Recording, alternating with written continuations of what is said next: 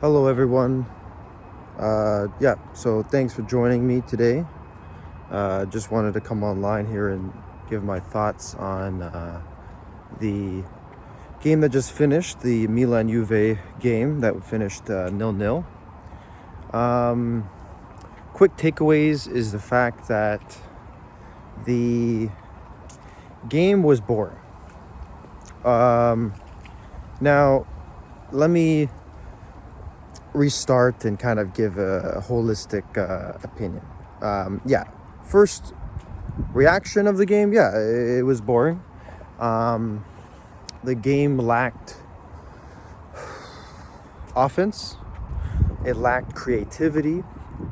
There was a lot of things that was missing from the game for it to be a marquee match that it should have been for the Serie A. Milan at home to Juventus. Juventus had that big game the last time they came to SIRO a month or two ago with Inter that had 8 goals, 4 apiece.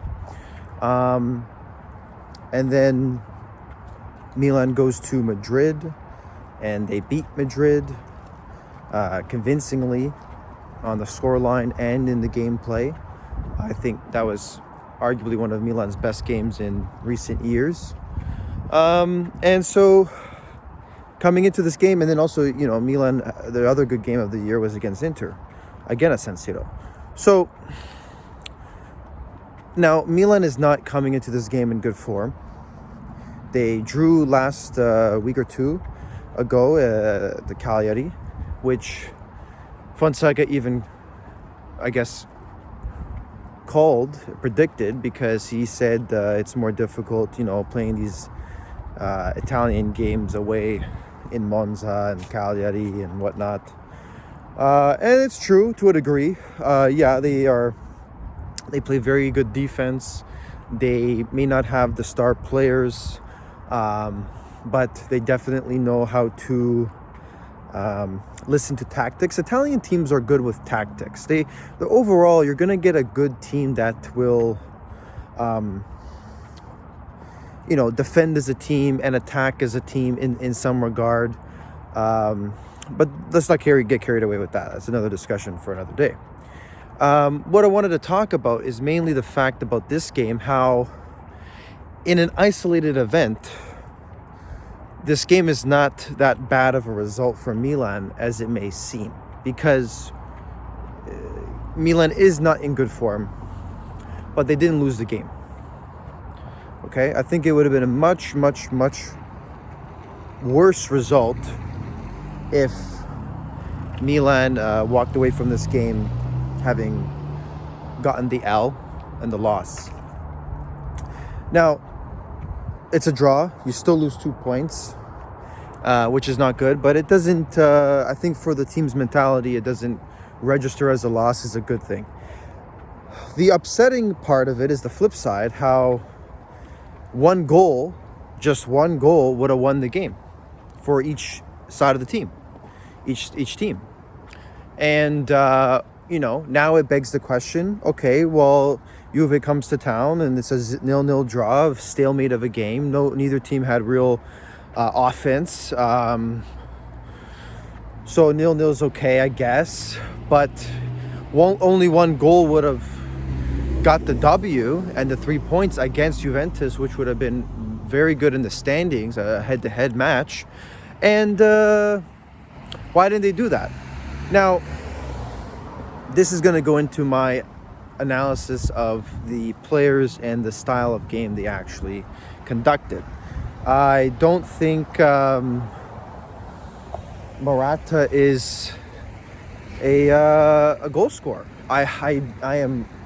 It's been a couple months now of Morata not scoring goals. And it's frustrating because he is a Euro champion only several months ago, and he should be scoring more goals. I'm sorry. You're the striker. You're number 9. We are severe, or he's number 7 or something. but we are severely lacking consistent goal scoring because we are missing Giroud. This is what Milan does. We don't get the proper backups for the players that are currently performing well. We win the Scudetto that year, okay? Or the year prior, 2021, we make it to Champions League. We lose Kahanoglu. He joins Inter.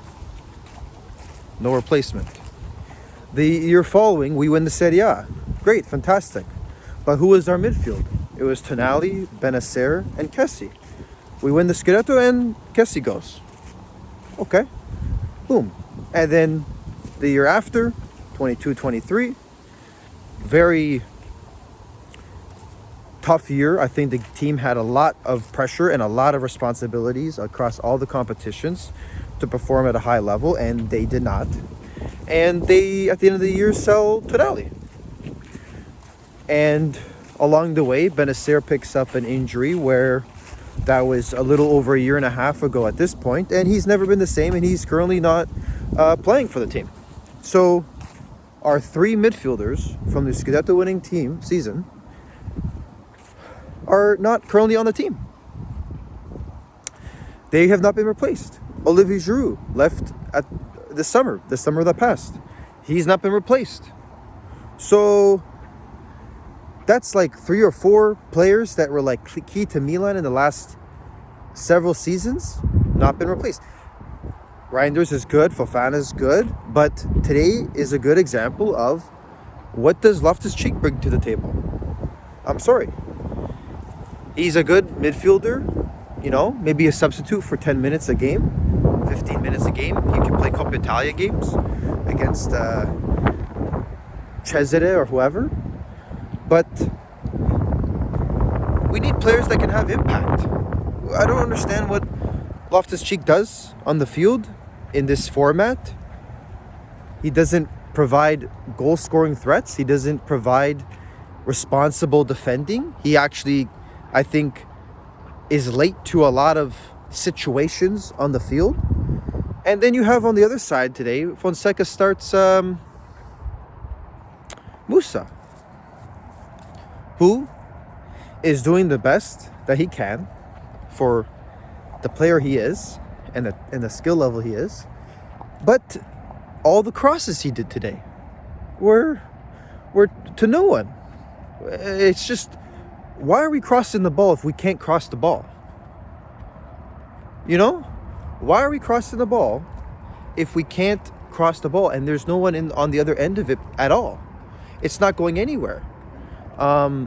Morata needs to communicate better with the wingbacks and the midfielders to set him up for, clear goal-scoring opportunities.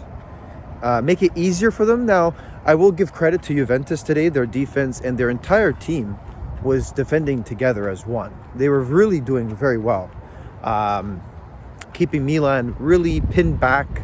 And when Milan had the possession, I don't know if this is part of their tactics that Fonseca is telling them, but we really got to get more creativity going, because this style of goalkeeper has the ball and he's waiting around for movement and he's passing it to the wing back or center back, and then he's passing it back to them, and then he's passing it to the other side, and it goes back to the goalkeeper, and he's still waiting. Where is Fofana and Tijani Reinders? Just kind of like, bro, call for the ball. Call for the ball. Where's our midfielders? Why doesn't one of the center midfielders track back and just pick up the ball from where Malik Chow or Gabia has it? I'll never understand why they do this style lately. It's almost too cautionary. It's too cautionary, and I think it slows the game down to like slower than a snail pace. And then when you're playing the game so slow, this is what happens with the offense. You have none. You have no offense when you're playing this slow, because you're not going to go off a 0 to 100 dime in a flash and there's going to be the ball in the net. At least not with this Milan team right now. Especially if the ball is 40 yards away and Mike Maignan is just kind of holding the ball, waiting for whatever he thinks is supposed to happen. I have no idea. You need to be in a rhythm. The ball needs to be moving. Pass, move, quick. He's not there. Move it out. Shoot. Cross it in. Movement. They're not moving. And again, I will not be too critical because Juve did play a very good game. But this is a recurring theme now. For the last 3 months of the team, we are lacking a consistent game-to-game goal scorer. We do not have one. I don't know why Pulisic was not starting today.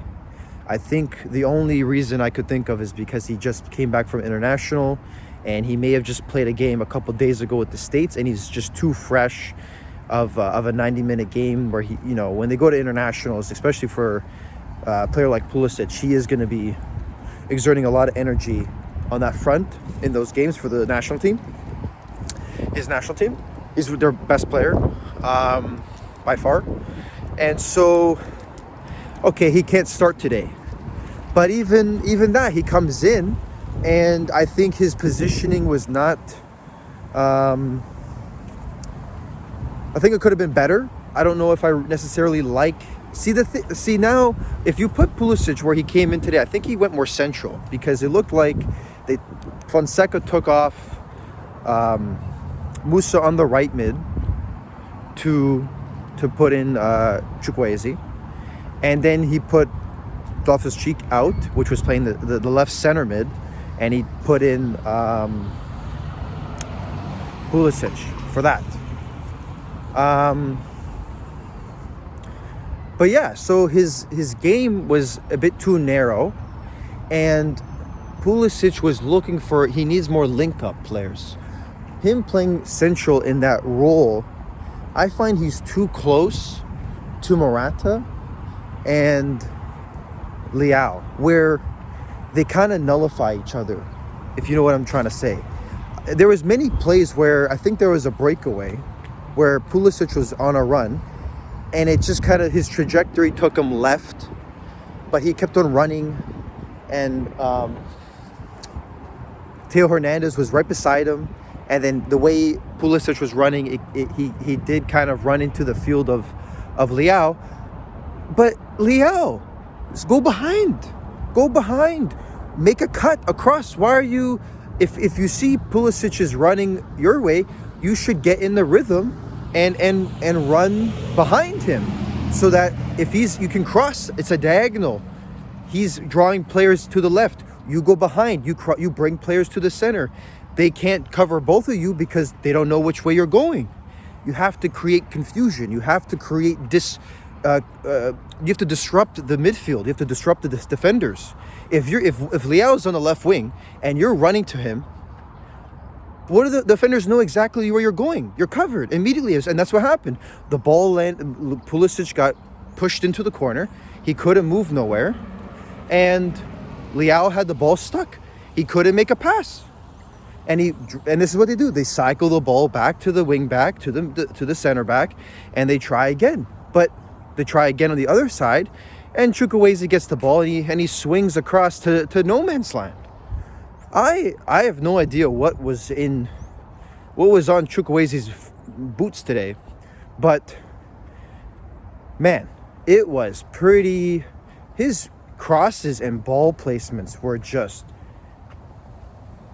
going nowhere. The decisions he made were just the complete wrong decisions at that time. Very, very, very poor game from Chukwueze. He came on and did next to nothing. Actually, I think he was kind of liable for some defensive mishaps too. And him and Calabria on the same side, on the right side, is not a good recipe. I'm sorry. That is not a good pairing I like. I do not feel comfortable with that pairing on the right side. I find them very not aware of their responsibilities in the defensive phase, and it makes me nervous watching them. Some players that played good today, I think Leao had some good moments. There was a good cross that he did off a very short spot right on the corner of the box when they had like three Juve players approach him, and he kind of stopped short, and he was able to get it up and over. I thought that was a very good cross and attempt. And Morata on the end of that, he should have done better. He should have gotten it on target. I think he was not expecting the urgency of the cross. But this goes back to what I'm saying. Morata, if that's Olivier Giroud, I think that's a goal. I'm sorry, guys.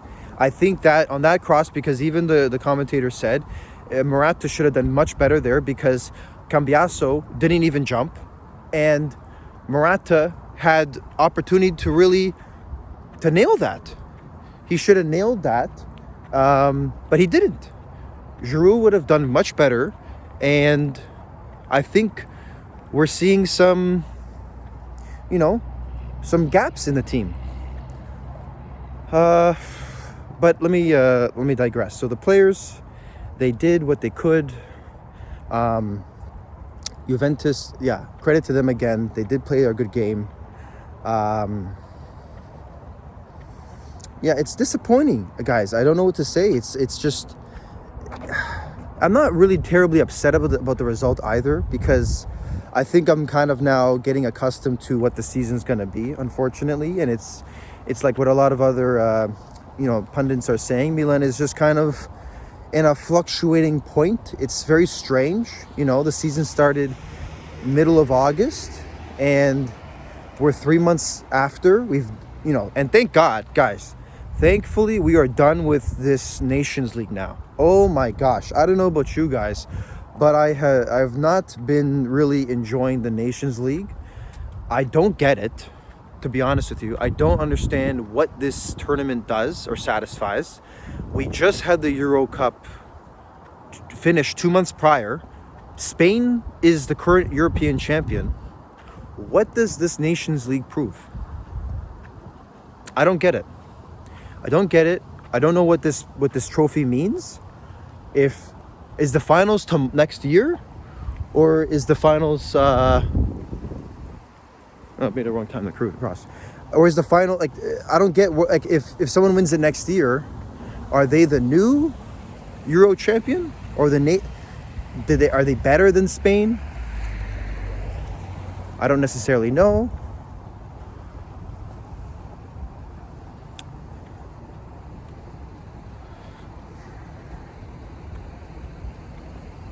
Anyways, that's my little gripe with the Nations League. But we are 3 months into the club season. The Nations League is done, thankfully. And maybe now Milan can kind of show some semblance of consistency. We drew against Juve today. They drew last game against Cagliari. They beat Madrid. Some games I would like back would definitely be the game against Cagliari. The early games against Parma we lost. The early game against Torino we drew. And then the game Lazio we drew. I was really upset with the game against Fiorentina that we lost as well. But again, credit to Fiorentina. They're playing good soccer this year. They have a lot of threatening players, which Milan need to get. We have to find more threatening players. I don't know what's going on with Leao. Some games he's very threatening and he's on point and he can do a lot of damage. Other games he gets covered. He gets covered pretty easily, I find. He, if some games are not going his way, he's like, oh, I guess I will not score today. But I think he has to shake that off. I think he has to persevere. He has to become a player where you will be covered, but you will beat them. It doesn't matter if you're doubling me up. It doesn't matter if you're matching my runs. It doesn't matter if you know my movements and my tendencies. It doesn't matter. I'm still going to score. I'm still going to get my assists. And he has not yet made that transcend. yeah, so like I'm saying, the form, there's games I definitely would want back in the Serie A. The Champions League is what it is, guys. It's a new format. It's 8 games against 8 different teams. They've lost the first 2, won the last 2. We'll see what we do in the second half of the Champions League, because we have four games remaining now. I think they play this upcoming week against Bratislava, I think, is it? Yeah, so, the only thing that I can really take away from today's game is the fact that, I'm glad it wasn't a loss. We are able to not add to that tally. I think we have already one or too many losses. The loss against Napoli, I'll take. They were much better than us. They beat us clean 2-0 at home. We didn't do much that game. The loss against Fiorentina, I would like back. Parma, for sure. That should have never happened. And then you add up a couple of those draws that are just, really lacking goals, lacking involvement in the game. It could be worse. So I think we barely won that game against Udinese, right? And other ones as well that we really got lucky on the win column, I should say. But there are reasons to be somewhat optimistic of the team. I think what we're lacking in a game like today is just good substitutions. If our starters are not getting it done, which seems to be a recurring theme, we need to have some backup plan. We don't have a backup plan. Morata was not doing well today. I would have liked to have seen Tammy Abraham come in around the 65th minute. Give him some time to actually come on the field and warm up. He's too dry. He's coming off cold. He needs to be involved in the game.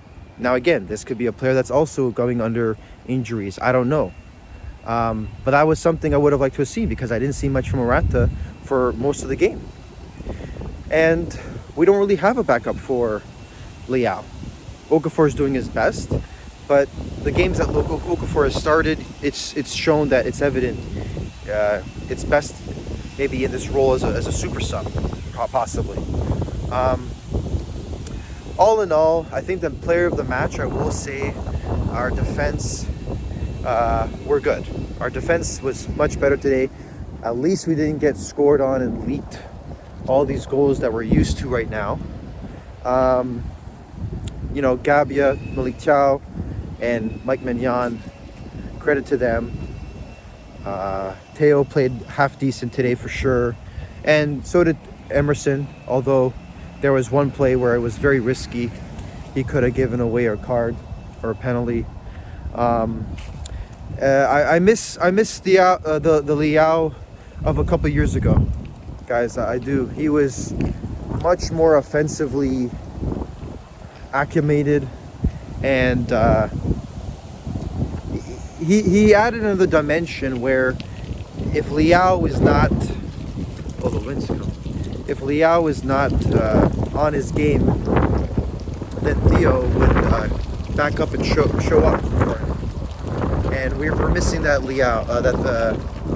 Theo and Leao. I'll end it there. It's a half decent game, but really poor result for the game. The overall match was a letdown for the Serie A globally. We need Milan Juve to be a big game. There was almost next to no promotion for this game or hype, which is a shame. But we keep moving on. Milan's back in the Champions League this week. I think they'll do well, and they got to bring that momentum back into the Serie A, and we got to get some wins going in the league. We are, that game, that postponed match against Bologna didn't help, but we are falling behind. We're falling behind, but it's very early in the season, and we need to pick up points ASAP. Anyways, Forza Milan, guys, and I'll hopefully do this again soon. Ciao.